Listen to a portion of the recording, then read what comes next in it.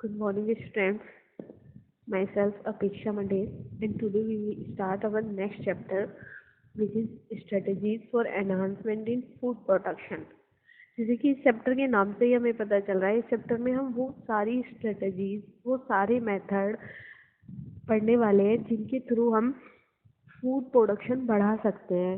Food की जो हमारी न्यूट्रिशन वैल्यू होती है फूड की, प्लस उसके अंदर जो जितने भी हमारे एलिमेंट्स प्रेजेंट होते हैं उन सबको मेंटेन कैसे रखा जा सकता है और कैसे फूड की क्वालिटी को बढ़ाया जा सकता है और कैसे फूड की प्रोडक्शन को बढ़ाया जा सकता है। इस चैप्टर में हम वही सब पढ़ने वाले हैं। तो सबसे पहले हम बात करेंगे एनिमल हस्बेंड्री की। एनिमल हस्बेंड्री क्या होती है? एनिमल हस्बेंड्री होती है, ये एक एग्रीकल्चर प्रैक्टिस ही है। मतलब ये हमारा एग्रीकल्चर के अंडर ही आता है, जिसमें हम जितने भी पशु होते हैं उनकी ब्रीडिंग को और उनकी जो रेयरिंग करते हैं, हम उनका जो पालन पोषण करते हैं उसको बढ़ाते हैं, उनकी ब्रीडिंग को बढ़ाते हैं, जिससे उनसे जो मिलने वाले हमें प्रोडक्ट्स हैं हम उनको बेच के ज़्यादा से ज़्यादा फ़ायदा कमा सकें, प्लस उनसे जो हमें प्रोडक्ट्स मिल रहे हैं उनकी मार्केट वैल्यू बढ़ा सके। ठीक है। एनिमल हस्बेंड्री में सबसे पहले एनिमल हस्बेंड्री में होता क्या है? एनिमल हस्बेंड्री में जितने भी हमारे लाइव स्टॉक हैं, जैसे buffalo, cow, cattle, sheep, camel, जो कि ह्यूमन के लिए यूज़फुल है, इन सब की ब्रीडिंग की जाती है। प्लस इसमें जो फाउल्स हैं, जितनी भी हमारी बर्ड्स होती हैं उनकी भी ब्रीडिंग की जाती है, यानी जिससे कि फाउल से मिलने वाला मीट और एग जो होते हैं उनको उससे हम इकोनॉमिक वैल्यू प्राप्त कर सकें। ठीक है। दूसरा, जो हमारे फिश होती है, मोलस्क होते हैं और क्रस्टेशियंस जो होते हैं उनको पाल सके और उनको पकड़ सके और उनको बेच सके, क्योंकि इनकी भी बहुत ज़्यादा इकोनॉमिक वैल्यू होती है। क्योंकि अगर हम फ़िश की बात करें तो फ़िश का जो लीवर है उससे हमें विटामिन ए मिलता है। फ़िश के लीवर से ऑयल भी बनाया जाता है और फिश के जो अदर ऑर्गन्स होते हैं उनको भी काम में लाया जाता है। ऐसे ही मोलस्क है, मोलस्क में सबसे ज़्यादा जो बेचा जाता है वो पाइला ग्लोब्यूसा बेचा जाता है, क्योंकि उसके अंदर मोती बनता है। उसके अंदर जो है मोती का प्रोडक्शन होता है, जिसे सच्चा मोती कहते हैं। ठीक है। अब हम आगे बात करें तो इंडिया और चाइना जो है, इनमें वर्ल्ड का 70% लाइव स्टॉक है, यानी जितने भी पशु पक्षी हैं वो 70% है वर्ल्ड के। लेकिन इनमें से सिर्फ 25% ही है जो कि हमारे पूरे वर्ल्ड के फार्म प्रोडक्शन में कंट्रीब्यूट कर पाते हैं। बाकी के जो अदर देन 25% जो है वो इसमें कंट्रीब्यूट नहीं कर पाते। ठीक है। तो ये जो इस तरह के मैनेजमेंट्स होते हैं ये सारे ह्यूमन बेनिफिट्स के लिए यूज़ किए जा सकते हैं, जिससे कि ज़्यादा से ज़्यादा पैसे भी कमाए जा सके, प्लस हमें फूड भी मिल सके। ठीक है। नेक्स्ट हम बात करेंगे डेयरी फार्म मैनेजमेंट की। डेयरी फार्म मैनेजमेंट होता क्या है? इसमें उन एनिमल्स का मैनेजमेंट किया जाता है जो कि मिल्क के लिए और मिल्क से बनने वाले प्रोडक्ट्स जो कि मिल्क के लिए और मिल्क से बनने वाले प्रोडक्ट्स के लिए ज़रूरी होते हैं। ठीक है। इसमें क्या होता है, इसमें मिल्क की क्वालिटी और क्वांटिटी दोनों को इम्प्रूव किया जाता है, और जितने भी हमारे कैटल्स होते हैं, दूध देने वाले जो पशु होते हैं, उनकी क्वालिटी जो होती है, उनकी ब्रीड्स की जो क्वालिटी होती है उसको भी सुधारा जाता है। डेयरी फार्म को मैनेजमेंट करने के लिए सबसे पहले तो जो गुड ब्रीड्स होती हैं, यानी जो कैटल्स जो अच्छा दूध देते हैं उनको सेलेक्ट किया जाता है। ठीक है। एक तो जो अच्छा दूध देते हो, जिनका मिल्क प्रोडक्शन ज़्यादा हो। दूसरा, जो डिजीज़ रेजिस्टेंस हो, यानी जिनमें बीमारी बहुत कम से कम होती हो, जो ज़्यादा जल्दी किसी भी तरह के वायरस या बैक्टीरिया से इन्फेक्टेड ना होते हो, ऐसे ऐसे कैटल्स को इसमें सबसे पहले सेलेक्ट किया जाता है। ठीक है। और जो कैटल्स का हाउस बनाया जाता है जो कि एडिक्वेट हो, जिसमें प्रॉपर वेंटिलेशन हो और वाटर का सप्लाई भी अच्छे तरीके से हो। ठीक है। और जो कैटल होते हैं उनको एक साइंटिफिक मैनर में खाना खिलाया जाता है, उनको जो चारा दिया जाता है वो एक साइंटिफिक मैनर में होता है। उसमें ध्यान रखा जाता है कि उसकी क्वालिटी कैसी है और कितनी क्वांटिटी में उनको चारा दिया जाना है। दूसरा, जब दूध निकालते हैं, दूध को स्टोर करते हैं और दूध को ट्रांसपोर्ट करते हैं, उस समय साफ़ सफाई का, हाइजीन को बहुत अच्छे से मेंटेन किया जाता है, यानी साफ़ सफाई का ध्यान रखा जाता है। दूसरा, प्रॉपर रिकॉर्ड्स बनाया जाता है सभी कैटल्स का, उनका इंस्पेक्शन किया जाता है, और टाइम टाइम पे जो वेटरनरी डॉक्टर होते हैं वो रेगुलरली विजिट करते रहते हैं। वेटरनरी डॉक्टर्स होते हैं जो कि एनिमल्स का इलाज करते हैं, उनको हम वेटरनरी डॉक्टर्स कहते हैं। नेक्स्ट है हमारा poultry farm management. Poultry farm में क्या करते हैं, जो फाउल्स हैं, जो बर्ड्स होती हैं, उनको फूड के लिए और उनके एग्स के लिए डोमेस्टिकेटेड किया जाता है, ठीक है, उनको पाला जाता है। और उन उन सबके पालने को, उनके उनसे मिलने वाले प्रोडक्ट्स को बेचना, खरीदना, ये सारा जो मैनेजमेंट है ये पोल्ट्री फार्म मैनेजमेंट के अंदर आता है। और इसमें जो है, जो मेनली बर्ड्स इसमें इंक्लूड की जाती है वो है चिकन है, डक है, टर्की है और गीज है, ठीक है। पोल्ट्री फार्म को मैनेज करने के लिए भी कुछ पैरामीटर्स होते हैं, जैसे कि इसमें भी वही है कि जो ब्रीड्स हैं वो डिजीज़ फ्री, मतलब जितने भी हमारे फाउल्स होते हैं उनमें डिजीज़ फ्री फाउल्स को सेलेक्ट किया जाता है, ठीक है। फिर उनके रहने के लिए प्रॉपर और सेफ कंडीशन रखी जाती है, जहाँ पे फूड का और वाटर का अच्छे से सप्लाई हो सके।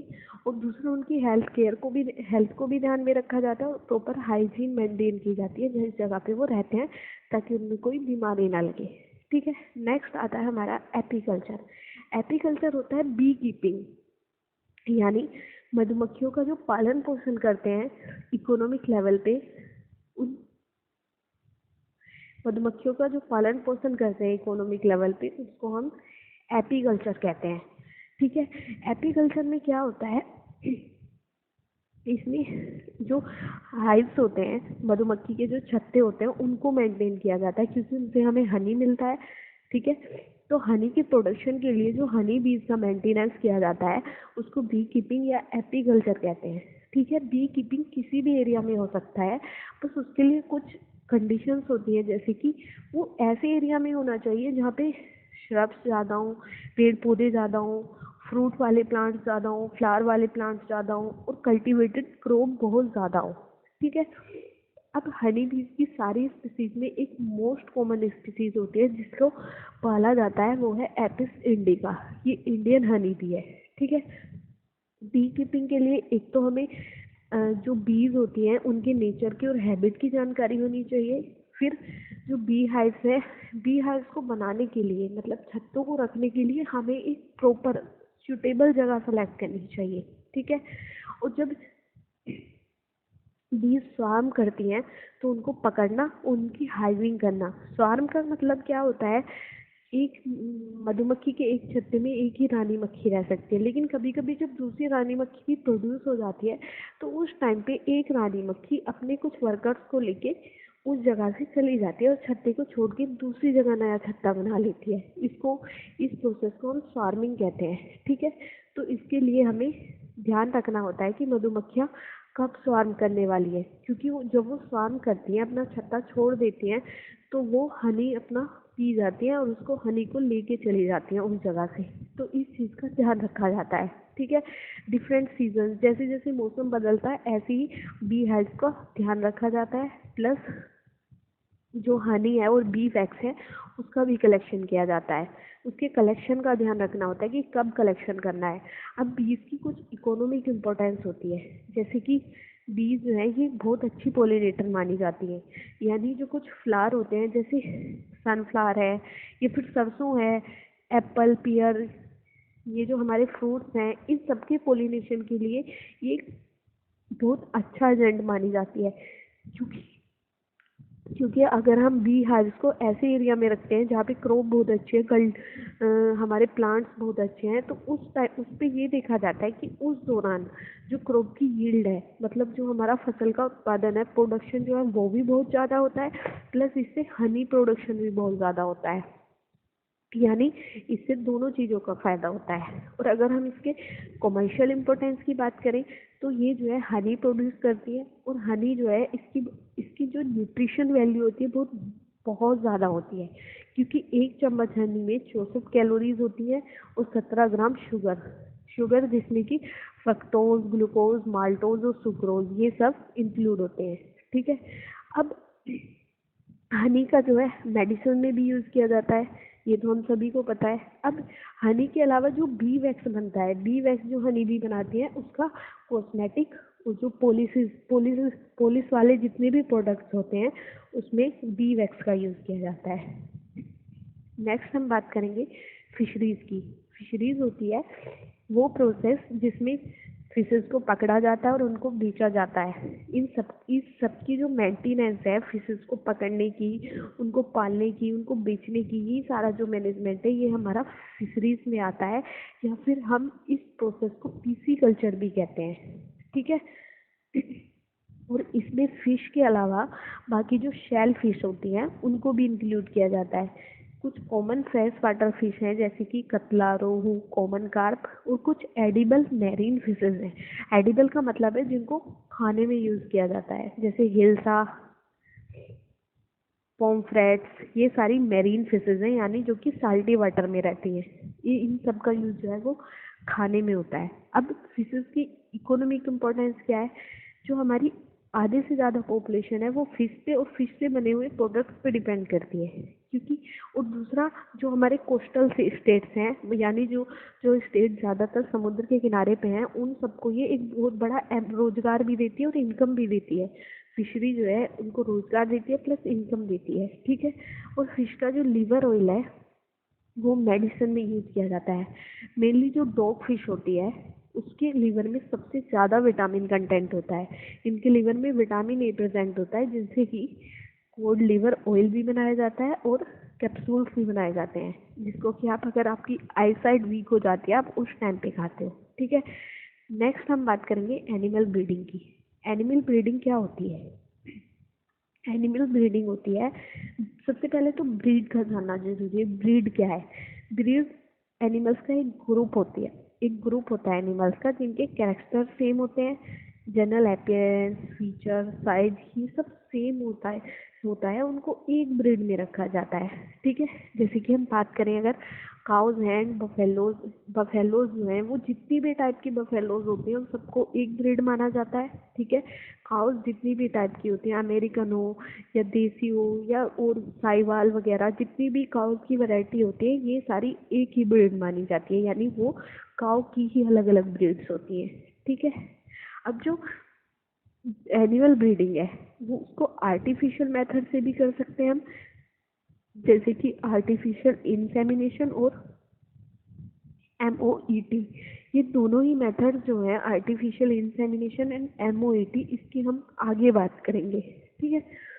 अब हम बात करेंगे इनब्रीडिंग। इनब्रीडिंग क्या होता है? इनब्रीडिंग जो है, इनब्रीडिंग होती है जो क्लोजली रिलेटेड इंडिविजुअल्स हैं, यानी जिनके 4 से 6 जनरेशन तक सेम एंसेस्टर रहे हों, यानी उनके पूर्वज सेम रहे हों 4 से 6 जनरेशन तक। ऐसे इंडिविजुअल्स के बीच अगर मीटिंग कराई जाती है ऐसे एनिमल्स के बीच, तो उसको इनब्रीडिंग कहते हैं। ठीक है।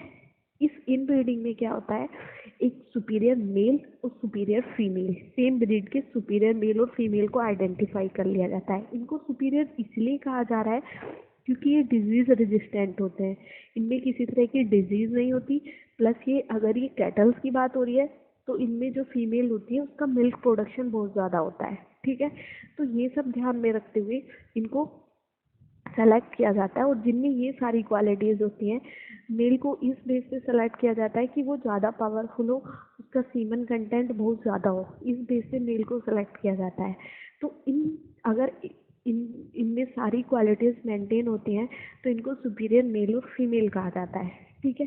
फिर उनकी मेटिंग कराई जाती है, फिर इनसे जो प्रोजेनी मिलती है उसका इवेल्युएशन किया जाता है। ठीक है। कि ये सुपीरियर मेल और फीमेल जो हमने सेलेक्ट किए थे उनसे रिजेंबल करती हैं, उनके जैसी हैं या नहीं है। अगर हम कैटल्स की बात करें तो सुपीरियर फीमेल काऊ या बफेलो हो सकती है, तो उसको सुपीरियर इसलिए माना जा रहा है क्योंकि वो बहुत ज़्यादा मिल्क दे रही है। ठीक है। और सुपीरियर मेल अगर बुल है तो उसको सुपीरियर इसलिए कहा जा रहा है क्योंकि वो सुपीरियर प्रोजेनीज बना रहा है, यानी उसका सीमन कंटेंट बहुत ज़्यादा अच्छा है। ठीक है। अब उनसे जो हमें सुपीरियर मेल और फीमेल से जो हमें सुपीरियर प्रोजेनी मिलती है उनको आगे फिर मेटिंग कराई जाती है। ठीक है। अब ये जो इनब्रीडिंग है इसके कुछ इफ़ेक्ट्स होते हैं। एक तो ये प्योर लाइन इंक्रीज करती है, यानी हमें जो प्रोजेनी मिलती है वो प्योर मिलती है। प्योर कैसे? जैसे हमने मेंडल के एक्सपेरिमेंट में पढ़ा है कि प्योर टोल और प्योर ड्वार्फ का जब हम क्रॉस कराते हैं तो उसमें टोल हमें टोल प्लांट प्योर टोल भी मिलते हैं और हाइब्रिड टोल भी मिलते हैं। तो इससे फिर फिर उस प्योर का हाइब्रिड के साथ जब क्रॉस कराया जाता है तो उससे आगे भी हमें प्योर प्रोजेनी मिलती है। तो इस केस में क्या होता है, इनब्रीडिंग से हमें जितनी भी प्रोजेनीज मिलती है वो आगे उनमें प्योरिटी बढ़ती जाती है, ठीक है। और जो रिसेसिव जीन्स होते हैं वो एलिमिनेट होते जाते हैं, वो अलग हटते जाते हैं, क्योंकि हम सुपीरियर मेल और फीमेल को सेलेक्ट कर रहे हैं इसलिए। और सुपीरियर जीन जो है वो इनब्रीडिंग के थ्रू जो हमारी प्रोजेनी आती है उनमें इकट्ठा होते रहते हैं, ठीक है। अब जब हम हर स्टेप पे सिलेक्शन करते हैं तो इनब्रीड पॉपुलेशन जो है उसकी प्रोडक्टिविटी बहुत ज़्यादा बढ़ जाती है, ठीक है। लेकिन इसका कुछ नुकसान भी होते हैं, जैसे कि अगर बहुत ज़्यादा क्लोजली रिलेटेड इंडिविजुअल्स हैं उनकी हम इनब्रीडिंग करा रहे हैं तो इससे एक तो उनकी फर्टिलिटी कम हो जाती है, प्लस उनकी प्रोडक्टिविटी भी कम हो जाती है, और इसी को हम इनब्रीडिंग डिप्रेशन कहते हैं। यानी जब क्लोज इनब्रीडिंग कराई जाती है, जो बहुत ज़्यादा क्लोज रिलेटेड इंडिविजुअल्स हैं उनकी मेटिंग कराई जाती है, तो उससे उनमें फर्टिलिटी कम हो जाती है, प्लस उनको जो उनसे जो प्रोडक्शन मिल रहा है, हमें मीट मिल रहा है या फिर उनसे हमें जो मिल्क का प्रोडक्शन मिल रहा है वो सब जो है वो भी घटता जाता है, और इसी को इनब्रीडिंग डिप्रेशन कहते हैं, ठीक है। नेक्स्ट हम बात करेंगे आउटब्रीडिंग की। आउटब्रीडिंग क्या होती है? आउटब्रीडिंग होती है अनरिलेटेड एनिमल्स की मीटिंग कराना, यानी जिनकी ब्रीड तो सेम है लेकिन उनका कोई भी कॉमन एंसेस्टर नहीं है, जिनकी ब्रीड सेम है लेकिन उनके जो पूर्वज है वो सेम नहीं है, तो ऐसी ब्रीडिंग को हम आउटब्रीडिंग कहते हैं। इसके अंदर तीन मेथड्स आते हैं, जिसमें सबसे पहला है हमारा आउटक्रॉसिंग। आउटक्रॉसिंग में क्या होता है, इसमें सेम ब्रीड के एनिमल्स की मीटिंग कराई जाती है जिनका कोई कॉमन एंसेस्टर ना हो। इवन पेडिग्री चार्ट में, पेडिग्री चार्ट जो है ये हमारा जेनेटिक्स में यूज़ किया जाता है। इसमें हमारी 4 से 6 जनरेशन तक एक तरह का चार्ट बनाया जाता है, जिसमें हमारे ग्रैंड पेरेंट्स, हमारे पेरेंट्स और हमें और हमारे प्रोजेनी इन सबको इंक्लूड किया जाता है, ठीक है। तो इसको पेडिग्री चार्ट कहते हैं। मेनली अगर ह्यूमन जेनेटिक्स की बात करें तो पेडिग्री चार्ट का यूज़ होता है कि हमारे अंदर कोई जेनेटिकल डिफेक्ट तो नहीं है या फिर कोई किसी तरह का वेरिएशन तो नहीं है, ये सब चीज़ें ऑब्जर्व करने के लिए पेडिग्री चार्ट तैयार किया जाता है, ठीक है। तो आउटक्रॉसिंग में भी पेडिग्री चार्ट को ध्यान में रखते हुए ये देखा जाता है, ऐसे इंडिविजुअल्स को चूज़ किया जाता है जिनका 4 से 6 जनरेशन तक कोई भी एंसेस्टर सेम ना रहा हो, ठीक है। उनकी आउटक्रॉसिंग कराई जाती है और इससे जो ऑफस्प्रिंग मिलती है उसको आउटक्रॉस कहते हैं। अब इससे फ़ायदा क्या होता है? एक तो मिल्क प्रोडक्शन में इंक्रीज होता है, ठीक है। एनिमल्स की ग्रोथ रेट जो है वो भी बढ़ता है, और इससे जो इनब्रीडिंग डिप्रेशन है, यानी जो फर्टिलिटी और प्रोडक्शन कम होता है एनिमल्स का, उससे भी हमें राहत मिल जाती है, यानी वो धीरे धीरे कम होता चला जाता है। नेक्स्ट होती है क्रॉस ब्रीडिंग। क्रॉस ब्रीडिंग होती है एक ब्रीड के सुपीरियर मेल की जब मेटिंग कराते हैं किसी दूसरी ब्रीड की सुपीरियर फीमेल के साथ, तो उसको क्रॉस ब्रीडिंग कहते हैं, ठीक है। इसमें यानी 2 अलग अलग ब्रीड्स का यूज़ किया जाता है, लेकिन उन ब्रीड्स के सुपीरियर मेल और फीमेल का यूज़ किया जाता है, जिससे कि एक ही प्रोजेनी में 2 ब्रीड्स के डिज़ायरेबल जीन आ सके, ठीक है।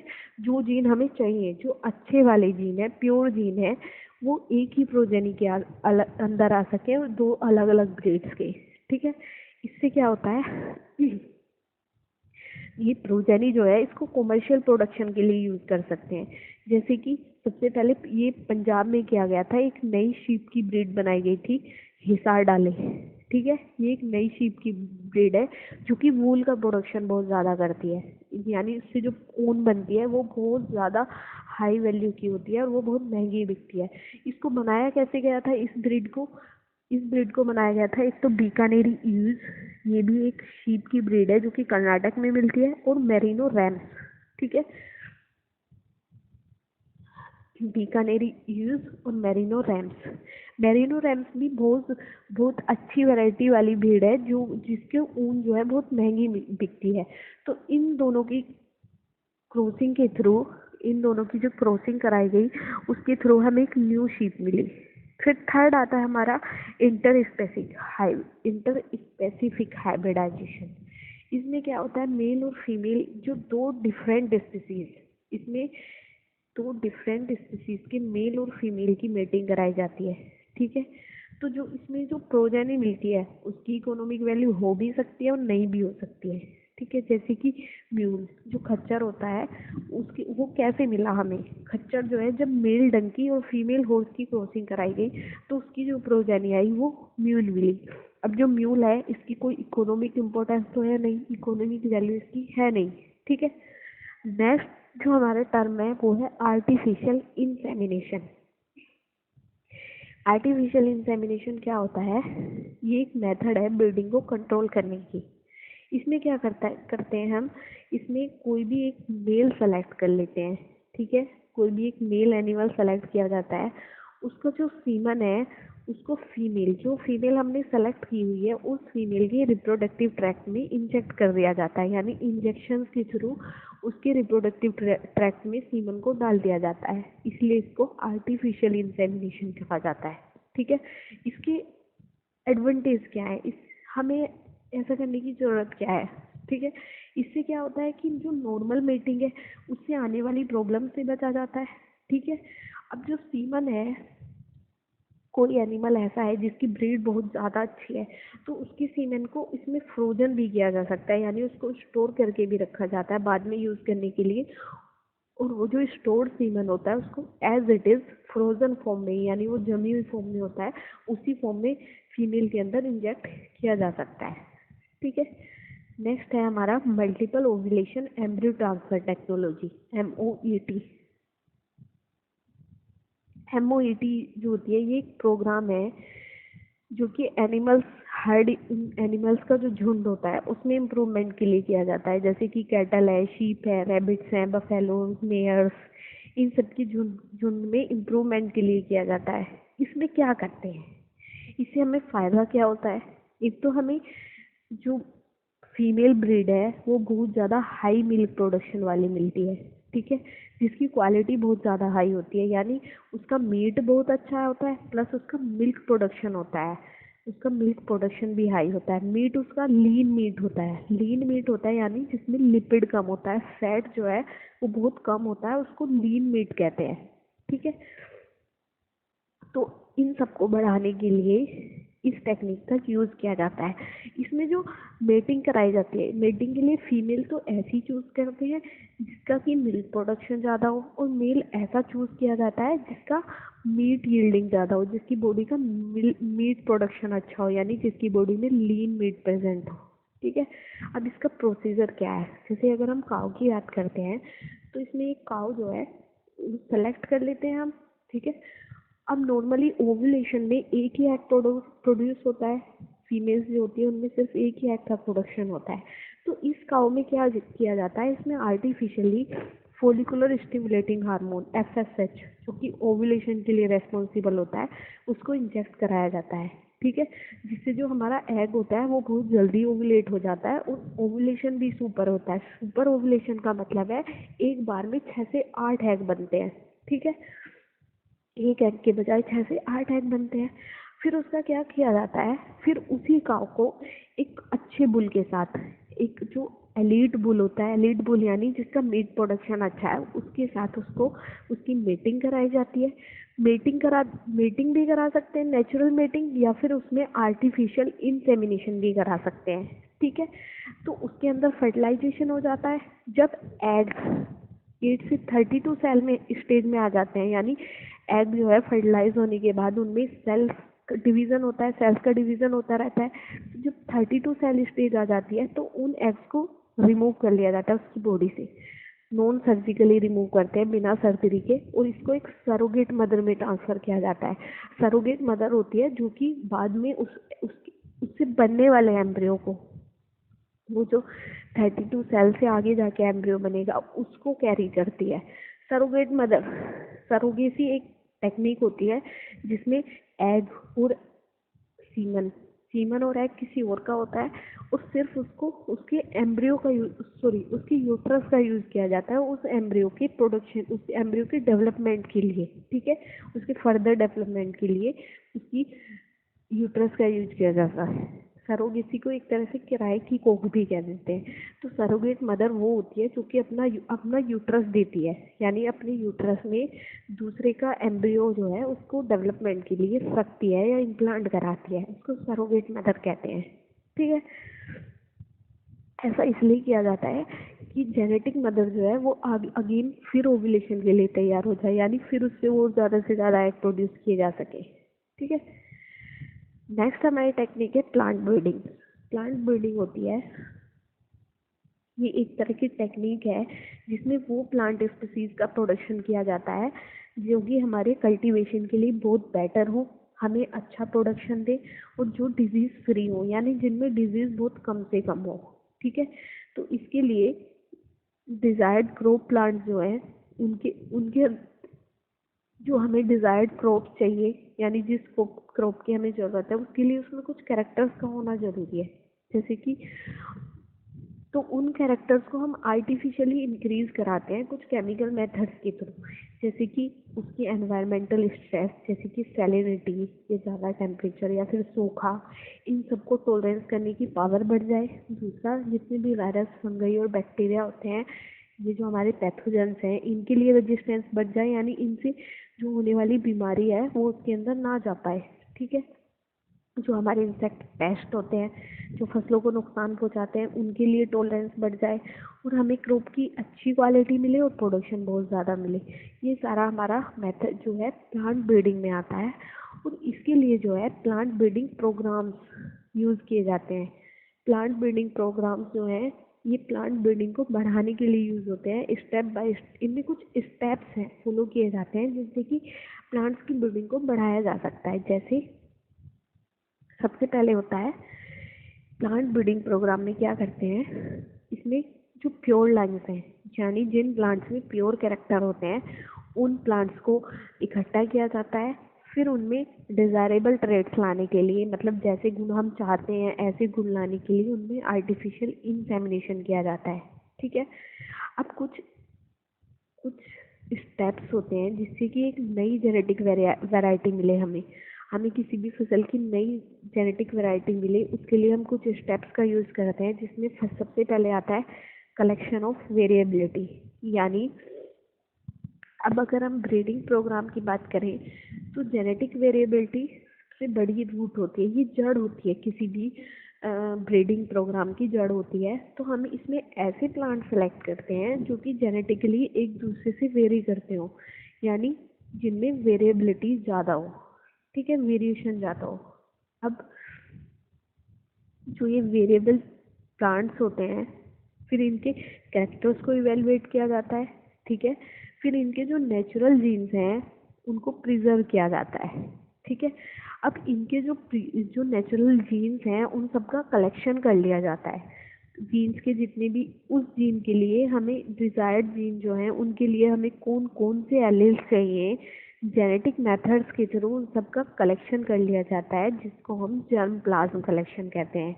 यानी जर्म प्लाज्म जो है उसके अंदर हमारे जीन्स और एलील्स प्रेजेंट होते हैं और फिर हमें उनमें से चूज करना होता है कि कौन सा एलील बेटर कैरेक्टर को शो करेगा, कौन सा एलील खराब कैरेक्टर को शो करेगा, उसमें से भी उसको सेलेक्ट कर लिया जाता है। ठीक है, नेक्स्ट होता है evaluation and selection of parents.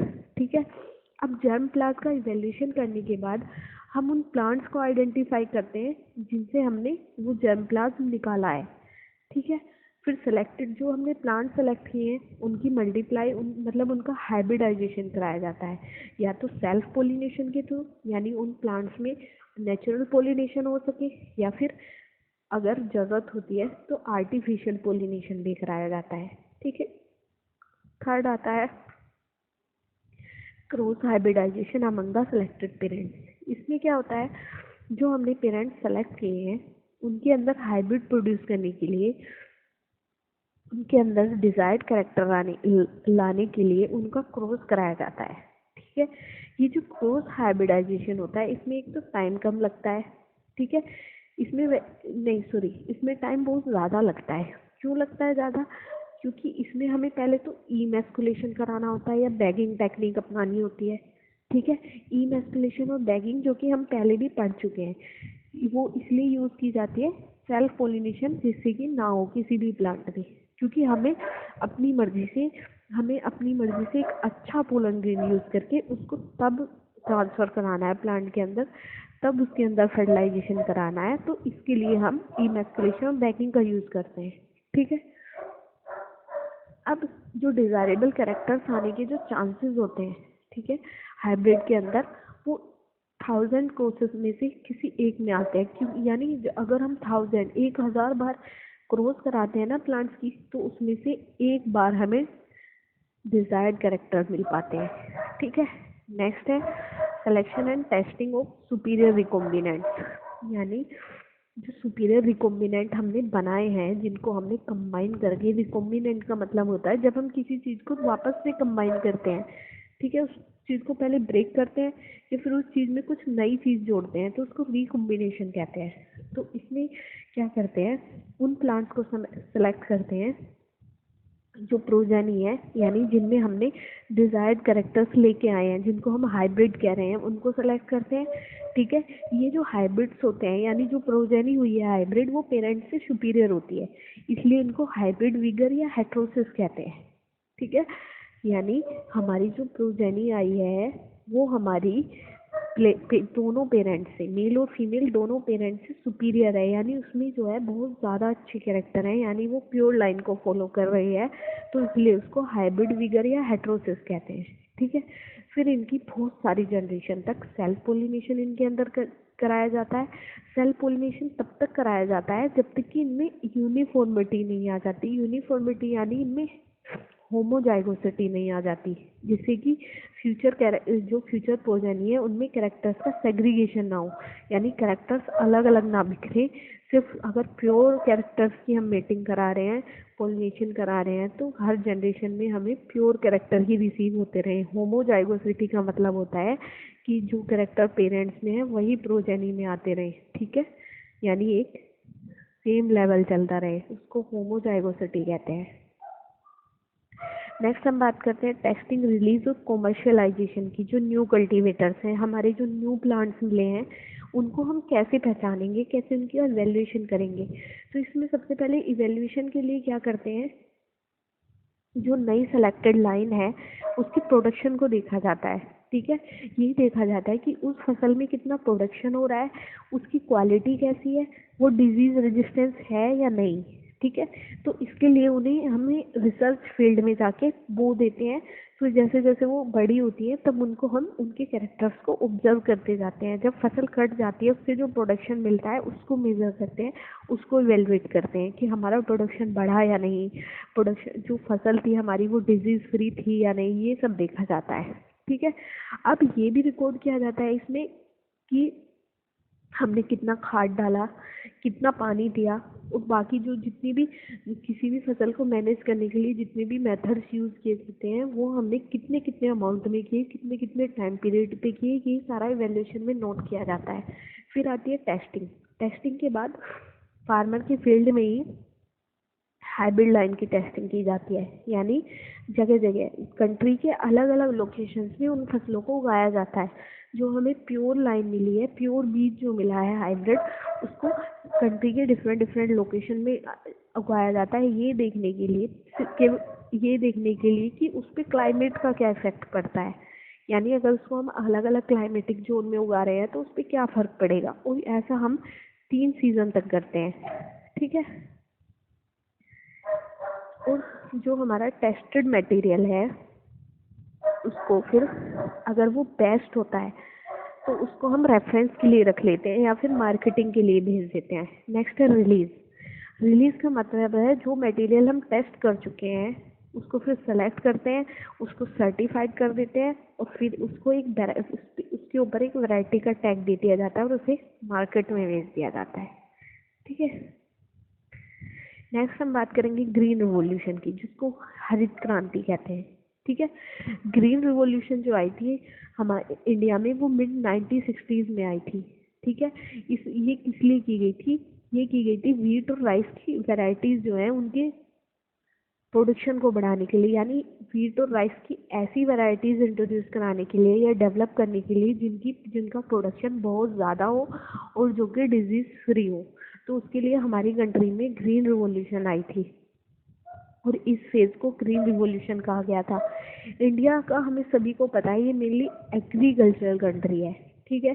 तो इसमें क्या क्या इन्वॉल्व हुआ ग्रीन रिवॉल्यूशन में? जो इन्वॉल्व हुआ वो हमारा वीट, राइस, शुगर केन और माइलेट्स, ये सब चीज़ें इन्वॉल्व हुई थी। ग्रीन रिवॉल्यूशन के अलावा वर्ल्ड के अलग अलग पार्ट्स में कुछ और रिवॉल्यूशंस हुई थी, जैसे कि रेड रिवॉल्यूशन, ये मीट के प्रोडक्शन को बढ़ाने के लिए हुई थी। वाइट रिवॉल्यूशन मिल्क प्रोडक्शन को बढ़ाने के लिए। ब्लैक रिवॉल्यूशन पेट्रोलियम प्रोडक्शन को बढ़ाने के लिए। ग्रे रिवॉल्यूशन जो हमारे फर्टिलाइजर्स होते हैं उनके प्रोडक्शन को बढ़ाने के लिए। येलो रिवॉल्यूशन जो ऑयल होता है उनकी प्रोडक्शन को बढ़ाने के लिए। सिल्वर रिवॉल्यूशन ये हुआ था एग प्रोडक्शन को बढ़ाने के लिए। ब्राउन रिवॉल्यूशन कॉफ़ी प्रोडक्शन को बढ़ाने के लिए। और ब्लू रिवॉल्यूशन जो हुआ था ये फिशेस के प्रोडक्शन को बढ़ाने के लिए हुआ था, ठीक है। अब हम बात करते हैं वीट और राइस की। राइस और वीट का प्रोडक्शन जो है वो कुछ सेमी ड्वार्फ वेराइटीज़ की वजह से इंक्रीज हुआ था इंडिया में, जो कि 1966 में इंट्रोड्यूस कराई गई थी।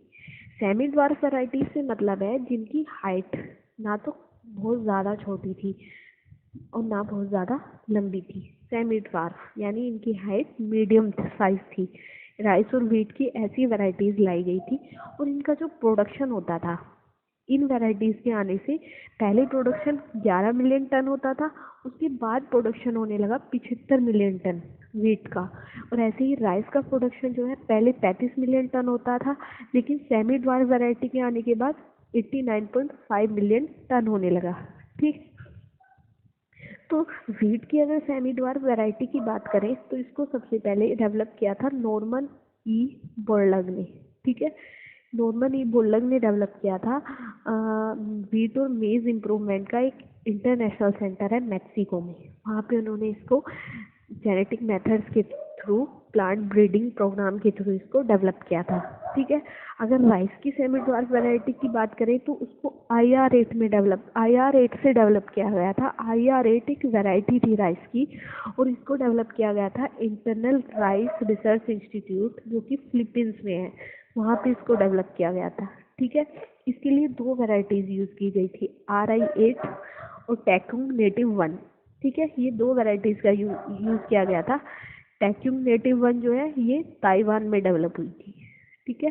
तो सेमी ड्वार्फ, अब इसमें क्वेश्चन आ सकता है कि सेमी ड्वार्फ वैराइटीज़ जो है राइस वो कौन सी 2 वैराइटीज़ की को मिक्स करने से प्रोड्यूस की गई थी या कौन सी 2 वैराइटीज़ का हाइब्रिड था, ठीक है।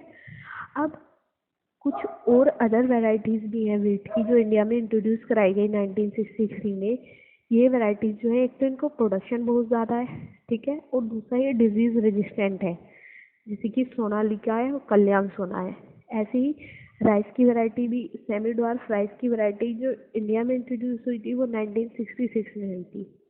इसके अलावा इंडिया में और भी वैराइटीज़ डेवलप हो गई जैसे कि जया और रत्ना, ये 2 राइस की वैराइटीज़ हैं, ठीक है। अब हम बात करते हैं शुगर केन की।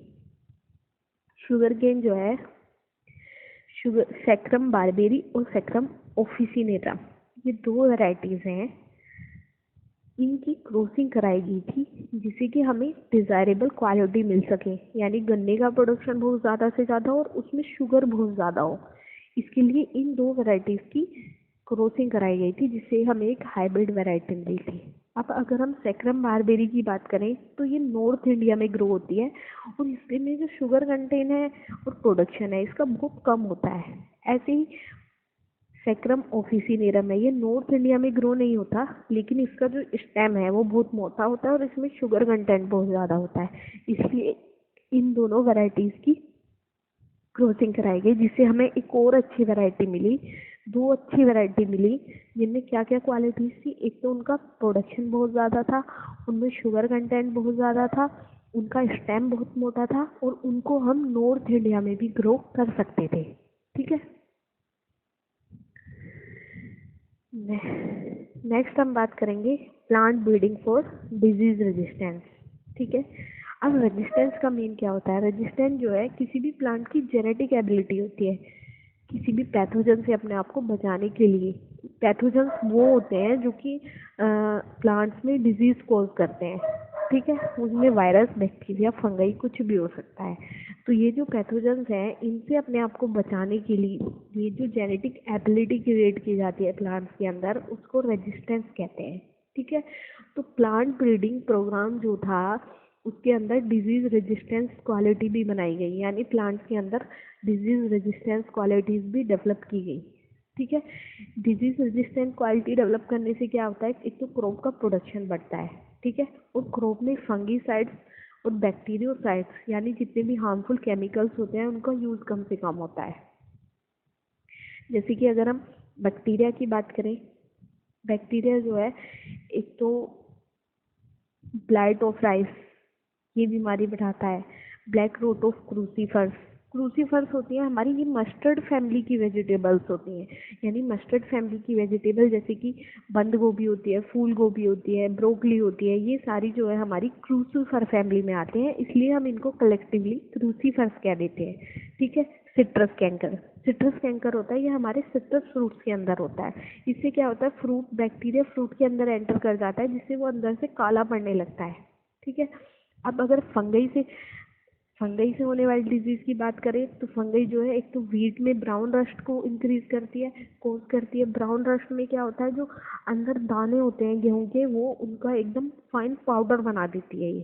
ठीक है, ब्राउन कलर का। दूसरा है red rot of sugar cane. Red rot of sugar cane में क्या होता है, ये एक स्टेम बोरर से होता है। स्टेम बोरर मतलब जो कि स्टेम के अंदर एंटर कर जाता है और अंदर जाके जो शुगर केन है उसको, उसमें रेड रेड स्पॉट्स क्रिएट कर देता है। ठीक है, दूसरा है लेट ब्लाइट ऑफ पोटैटो। अब कुछ वायरस कोजिंग डिजीज है, जैसे कि टोबैको मोजाइक वायरस, जो कि हमारा टोबैक में कर्लिंग लीव्स क्रिएट करता है और टोबैको की प्रोडक्शन को कम कर देता है। ये आप पहले भी पढ़ चुके हो। ऐसे ही टर्निप मोजाइक होता है, जो कि शलजम के अंदर बीमारी पैदा करता है। ठीक है, अब ब्रीडिंग डिजीज रेजिस्टेंस बनाने के लिए ब्रीडिंग की कुछ मेथड्स होती हैं। इसमें दो तरह की मेथड इन्वॉल्व होती हैं।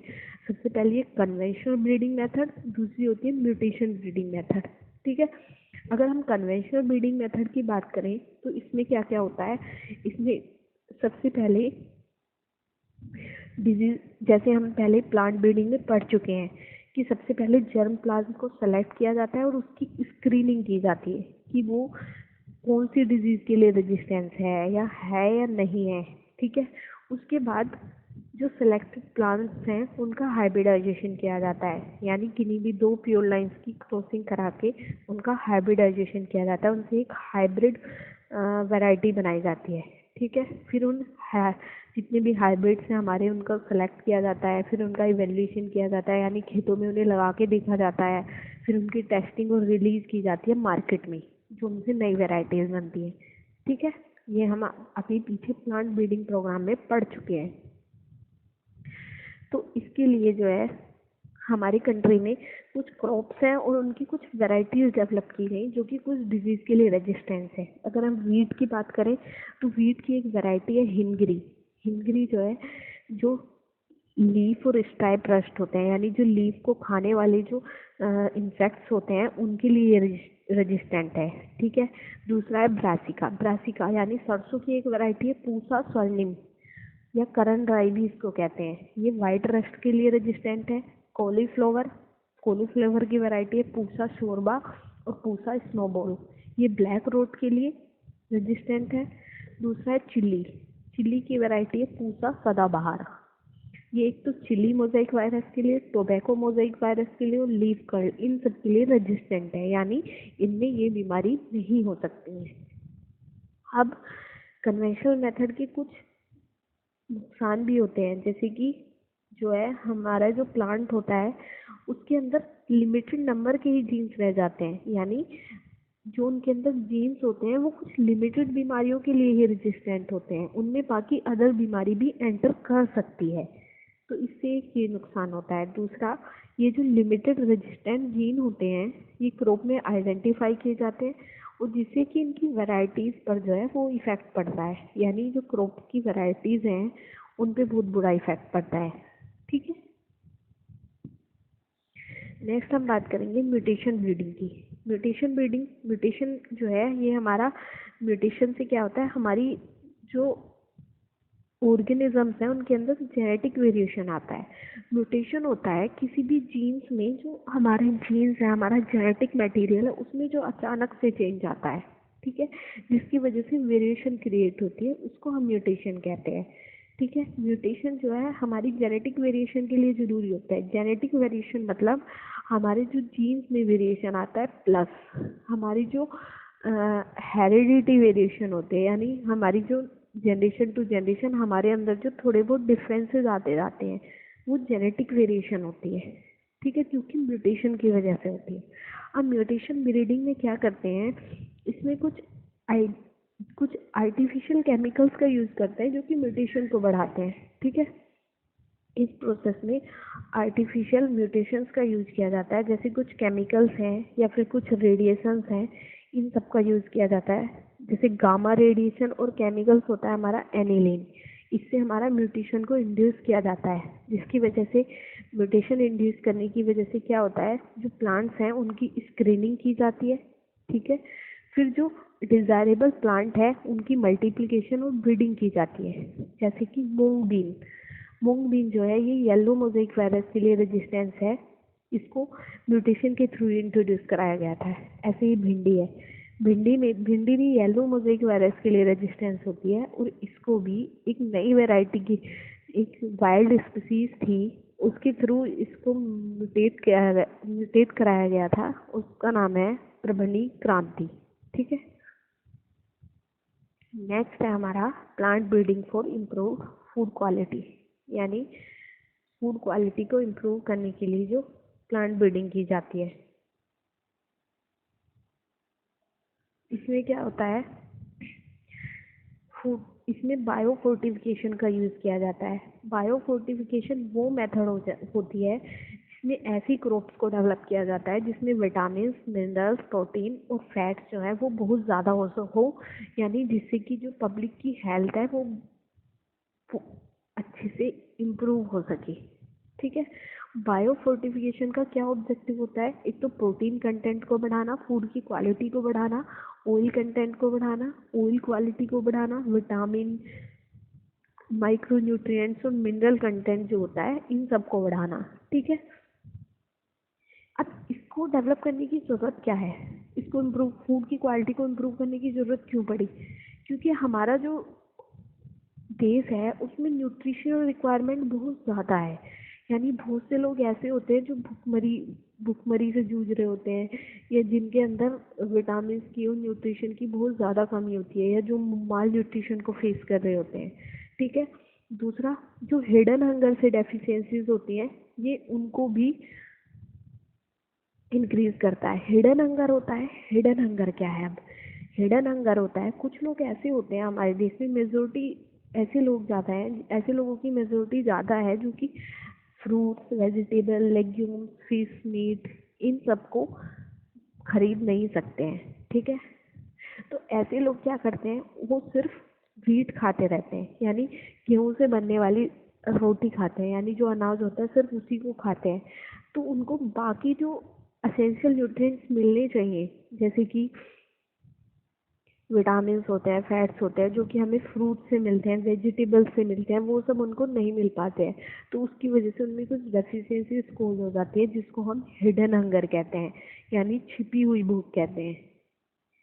ठीक है, अब कुछ इम्प्रूवमेंट न्यूट्रिएंट की ये क्रॉप्स हैं, कुछ लिस्ट है ये क्रॉप्स की जिनके अंदर न्यूट्रिएंट कंटेंट बहुत अच्छा है।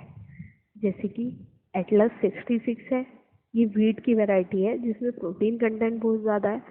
ठीक है, अब मेज हाइब्रिड्स हैं कुछ जिनमें अमीनो एसिड लाइसिन और ट्रिप्टोफन, ये लाइसिन और ट्रिप्टोफन जो है ये असेंशियल अमीनो एसिड है जो कि हमारी बॉडी में नहीं बनते हैं, तो इनका इंटेक जो है फूड के साथ होना ज़रूरी है। इसलिए मेज़ की एक ऐसी वैरायटी बनाई गई है जिसमें ये दोनों अमीनो एसिड बहुत ज़्यादा है। दूसरा है आयरन फोर्टिफाइड राइस, ये वो राइस होते हैं जिनमें आयरन का कंटेंट बहुत ज़्यादा होता है। इसके अलावा कुछ और वैरायटीज़ हैं जो कि Indian agriculture research institute new Delhi ने डेवलप की हैं, जैसे कि कैरेट, स्पाइनच और पंपकिन की वैरायटी है जिसमें विटामिन ए बहुत ज़्यादा है। बिटर गोर्ड, बथुआ, मस्टर्ड, टोमेटो इनकी वैरायटी है जिनमें विटामिन सी बहुत ज़्यादा है। स्पाइनच और बथुए की वैरायटी है जिसमें आयरन और कैल्शियम ज़्यादा है। दूसरा broad bean, lablab, French bean और गार्डन पी, इनकी वैरायटी ज़्यादा है जिनमें प्रोटीन कंटेंट बहुत ज़्यादा है। ठीक है, नेक्स्ट हम बात करेंगे सिंगल सेल प्रोटीन की। ये एक अल्टरनेटिव सोर्स है जो कि एनिमल और ह्यूमन के न्यूट्रिशन के लिए जरूरी है। इसमें क्या होता है, कुछ बेनिफिशियल माइक्रो ऑर्गेनिज्म होते हैं जैसे कि स्पिरुलिना। इसमें मेनली स्पिरुलिना का यूज़ किया जाता है। स्पिरुलिना हमारा साइनोबैक्टीरिया यानी ब्लू ग्रीन एल्गी है जिसमें प्रोटीन कंटेंट बहुत ज़्यादा होता है। प्रोटीन कंटेंट स्पिरुलिना के अलावा मिथाइलोफिलस, मिथाइलोट्रोफस, इनका भी यूज़ किया जाता है। इसमें क्या होता है, इन साइनोबैक्टीरियाज को इंडस्ट्रियल लेवल पे ग्रो किया जाता है, यानी इनका प्रोडक्शन ज़्यादा से ज़्यादा किया जाता है। फिर इनको सुखा के फूड प्रोडक्शन में यूज़ किया जाता है, यानी इनसे कुछ ऐसे असेंशियल फूड्स बनाए जाते हैं जिनमें प्रोटीन का कंटेंट बहुत ज़्यादा हो। ठीक है, जिनको हम सिंगल सेल प्रोटीन कहते हैं। अब इस प्रोटीन के एडवांटेज क्या है, एक तो ये ग्रो करने में ईजी है क्योंकि ये जो माइक्रोब्स हैं ये वेस्ट वाटर में या पोटैटो प्रोसेसिंग प्लांट्स होते हैं या हमारा भूसा है या मोलेसेस होते हैं या फिर एनिमल डंग है या सीवेज है, इनके आसपास इनको बहुत आसानी से ग्रो किया जा सकता है। दूसरा, ये न्यूट्रिशन में बहुत ज़्यादा रिच होते हैं। इनसे जो हमें फूड मिलता है वो प्रोटीन, मिनरल, फैट, कार्बोहाइड्रेट और विटामिन में रिच होता है जो कि हम फूड से नहीं ले पाते हैं।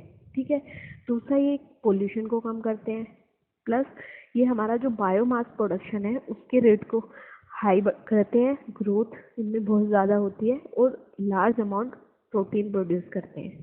ठीक है, नेक्स्ट हम बात करेंगे टिश्यू कल्चर की। टिश्यू कल्चर एक इन विट्रो टेक्निक है। ठीक है, टिश्यू कल्चर ये आप पहले भी पढ़ चुके हो। इसमें क्या होता है कि किसी भी प्लांट का एक छोटा सा पार्ट लेकर उससे पूरे प्लांट को ग्रो कर दिया जाता है। इसमें क्या होता है, पेट्री डिश में सबसे पहले मेरिस्टेमेटिक टिश्यू प्लांट के वो टिश्यू होते हैं जिनमें सेल डिवीजन लगातार होता रहता है और ये प्लांट के कुछ ही पार्ट्स में प्रेजेंट होते हैं। तो मेरिस्टेमेटिक टिश्यू को उसमें एक पेट्री डिश में ले लिया जाता है और उस पेट्री डिश में वो सारे एसेंशियल न्यूट्रिएंट्स डाल दिए जाते हैं जो कि प्लांट की ग्रोथ के लिए इम्पोर्टेंट होते हैं, जिससे कि कुछ ही मेरिस्टेमेटिक टिश्यू से बहुत सारे प्लांट बन जाते हैं। ठीक है, और ऐसा हम क्यों करते हैं, इसे हम प्लांट टिश्यू कल्चर का यूज इसलिए किया जाता है कि जो एक्स प्लांट का जो सेल है उसकी सेल के अंदर इतनी कैपेसिटी होती है कि वो एक पूरे प्लांट में ग्रो कर जाती है। ठीक है, तो इस कैपेसिटी को टोटीपोटेंसी कहते हैं, यानी किसी भी एक्स प्लांट की सेल की वो कैपेसिटी जो कि उसे एक होल प्लांट में ग्रो कर देती है उसको टोटीपोटेंसी कहते हैं। ठीक है, और प्लांट के जिस पार्ट से हमने टिश्यू लिया है, टिश्यू कल्चर के लिए हमने जिस प्लांट का पार्ट लिया है उस प्लांट को एक्स प्लांट कहते हैं। और दूसरा, जो प्लांट के एक पार्ट से हम 1000 ऑफ प्लांट्स ग्रो जो कर लेते हैं, 1000 या 1000 से ज़्यादा प्लांट्स का जो ग्रोथ और प्रोडक्शन कर लेते हैं टिश्यू कल्चर के थ्रू, इसको माइक्रो प्रोपोगेशन कहते हैं। इस मेथड को माइक्रो प्रोपोगेशन कहा जाता है। ठीक है, इसके लिए न्यूट्रिशन मीडियम क्या क्या होना चाहिए, एक तो कार्बन सोर्स सुक्रोज होना चाहिए हमारी पेट्री डिश में, इनऑर्गेनिक साल्ट होनी चाहिए और ऑक्सिन और साइटोकाइनिन, ये हमारे प्लांट हार्मोन होते हैं जो कि ग्रोथ इनिबिटर होते हैं, यानी ग्रोथ को रोकते हैं, इनका यूज होना चाहिए। दूसरा, विटामिन और अमीनो एसिड्स भी होना चाहिए। ठीक है, अब टिश्यू कल्चर में जो प्लांट्स बनते हैं, जो छोटी छोटी हमारे पास उनको हम प्लांटीज कहते हैं, जो छोटे छोटे हमारे पास प्लांट बनते हैं वो बिल्कुल अपने पेरेंट प्लांट के आइडेंटिकल होते हैं। ठीक है, यानी जिस ओरिजिनल प्लांट से उन्हें ग्रो किया गया है वो बिल्कुल उसके जैसे होते हैं दिखने में, इसलिए उनको सोमा क्लोन्स कहते हैं। अब इनकी ज़रूरत क्या है, एडवांटेज क्या है टिश्यू कल्चर का, इसका एडवांटेज ये है कि छोटे से टाइम में हम बहुत सारे प्लांट्स ग्रो कर सकते हैं। और दूसरा है, इसमें डिजीज प्लांट से हम डिजीज फ्री प्लांट भी बना सकते हैं क्योंकि इसमें हम मेरिस्टेमेटिक टिश्यू का यूज़ करते हैं प्लांट की, और मेरिस्टेमेटिक टिश्यू जो है ये डिजीज फ्री पार्ट होता है प्लांट का। दूसरा, इससे सीडलेस प्लांट, यानी जिन प्लांट्स में सीड नहीं बनता उनको भी मल्टीप्लिकेशन कर सकते हैं हम। ठीक है, और दूसरा, जिन प्लांट्स में सेक्सुअल रिप्रोडक्शन नहीं हो सकता उनको भी इसके थ्रू ग्रो किया जा सकता है। या उसके लिए एक अदर मेथड भी होती है जिसको सोमेटिक हाइब्रिडाइजेशन कहते हैं, यानी जिन प्लांट्स में सेक्सुअल रिप्रोडक्शन एब्सेंट होता है उनके लिए एक न्यू टेक्निक यूज की जाती है जिसको हम सोमेटिक हाइब्रिडाइजेशन कहते हैं। अब सोमेटिक हाइब्रिडाइजेशन में क्या होता है, जो सोमेटिक सेल्स है, सोमेटिक सेल्स होती हैं अदर देन गैमेटिक सेल्स। हमें पता है कि हमारी बॉडी में सेक्स सेल्स होती हैं और सोमेटिक सेल्स होती हैं। सोमेटिक सेल्स वो होती हैं, अगर हम एनिमल्स की बात करें तो जो सब सारे एनिमल्स में सेम होती हैं, ठीक है। ऐसे ही प्लांट्स में सोमेटिक सेल्स होती हैं जो कि हम डिफरेंट स्पीसीज के प्लांट से ले लेते हैं, ठीक है। अब इस मेथड में करते क्या है, सोमेटिक सेल्स लेके डिफरेंट डिफरेंट वेराइटीज के प्लांट से, ठीक है, तो उनका फ्यूजन कराते हैं एक पेट्री डिश में। उस पेट्री डिश में सारे न्यूट्रिएंट मीडियम ले लिए जाते हैं जैसे हमने टिश्यू कल्चर में लिए हैं। तो उसमें उन सोमेटिक सेल्स का जो प्रोटोप्लास्ट होता है, जैसे साइटोप्लाज्म होता है ऐसे ही प्लांट सेल के अंदर प्रोटोप्लास्ट होता है, तो उस प्रोटोप्लास्ट का फ्यूजन कराने का जो प्रोसेस है उसको हम सोमेटिक हाइब्रिडाइजेशन कहते हैं। और इस वैरायटी से, इस मेथड से जो वैरायटी हमें मिलती है, जो हाइब्रिड हमें मिलता है, उसको सोमेटिक हाइब्रिड कहते हैं। इसमें करते कैसे कैसे, इसका मेथड क्या है, एक तो सबसे पहले किसी भी प्लांट से एक सिंगल सेल को आइसोलेट कर लिया जाता है, बाहर निकाल लिया जाता है, ठीक है। उसके बाद जो सेल की, प्लांट सेल की जो सेल वॉल है उसको डाइजेस्ट कर लेते हैं पैक्टिनेज और सेलुलेज एंजाइम से। ये एंजाइम वो होते हैं जो कि सेल वॉल को डिसोल्व कर देते हैं, डाइजेस्ट कर जाते हैं, जिससे उसके अंदर का जो प्रोटोप्लाज्म है वो कवरलेस हो जाए, वो बाहर आ जाए, ठीक है। अब जो नेक्ड प्रोटोप्लास्ट है, कवरलेस प्रोटोप्लास्ट है, वो सिर्फ प्लाज्मा मेम्ब्रेन से घिरा हुआ है, उसको हम आइसोलेट कर लेते हैं, बाहर निकाल लेते हैं, ठीक है। अब इस आइसोलेट प्रोटोप्लास्ट को एक हाइब्रिड प्रोटोप्लास्ट बनाने के लिए हम कुछ कंडीशंस के अंदर फ्यूज करते हैं, यानी एक पेट्री डिश में लेके अदर किसी प्लांट के प्रोटोप्लास्ट के साथ फ्यूज करते हैं जिसमें हमारा पूरे न्यूट्रिशन मिले हुए होते हैं, ठीक है।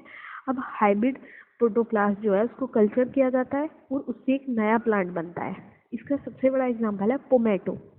पोमैटो जो है ये सोमेटिक हाइब्रिड है जिसको पोटैटो और टोमेटो इन दोनों की प्रोटोप्लास्ट की फ्यूजन से बनाया गया था। लेकिन पोमैटो जो है इसकी न्यूट्रिटिव वैल्यू ज़्यादा नहीं थी, प्लस इसका टेस्ट वगैरह अच्छा नहीं था, तो इसका इतना ज़्यादा मार्केट लेवल पे इसका प्रोडक्शन नहीं हो पाया, ठीक है। इसकी मार्केटिंग वैल्यू जो थी वो बहुत कम थी, इसलिए इसका प्रोडक्शन रोक दिया गया था। नेक्स्ट आता है मेरिस्टेम कल्चर। मेरिस्टेम कल्चर होता है कि अगर किसी प्लांट में कोई बीमारी है तो उससे भी हम हेल्दी प्लांट बना सकते हैं इस मेथड के थ्रू, ठीक है।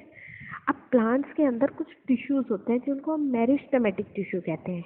ये प्लांट के सारे पार्ट में नहीं होते, एपिकल में होते हैं और एक्सिलरी पार्ट में, यानी जो सबसे ऊपर वाला पार्ट होता है एपिकल वाला और ये सबसे नीचे वाला पार्ट, उन दो पार्ट्स में प्रेजेंट होते हैं, ठीक है। तो किसी भी वायरस इन्फेक्टेड प्लांट में ये ही दो पार्ट ऐसे होते हैं, एपिकल और एक्सिलरी, जिनको हम मेरिस्टेम कहते हैं, यही दो पार्ट ऐसे होते हैं जो वायरस फ्री होते हैं, ठीक है। तो इन पार्ट्स को रिमूव कर लिया जाता है, फिर उनको इन विट्रो यानी एक कल्चर मीडिया में ग्रो किया जाता है जिससे वायरस फ्री प्लांट बनते हैं। ये भी सेम ऐसे ही है जैसे हम टिश्यू कल्चर कराते हैं। अब मेरिस्टेम कल्चर के थ्रू कुछ प्लांट्स डेवलप किए गए जैसे कि बनाना, शुगर केन, पोटैटो एक्सेट्रा, ठीक है। तो यहाँ पे हमारा चैप्टर कंप्लीट होता है। Thank you.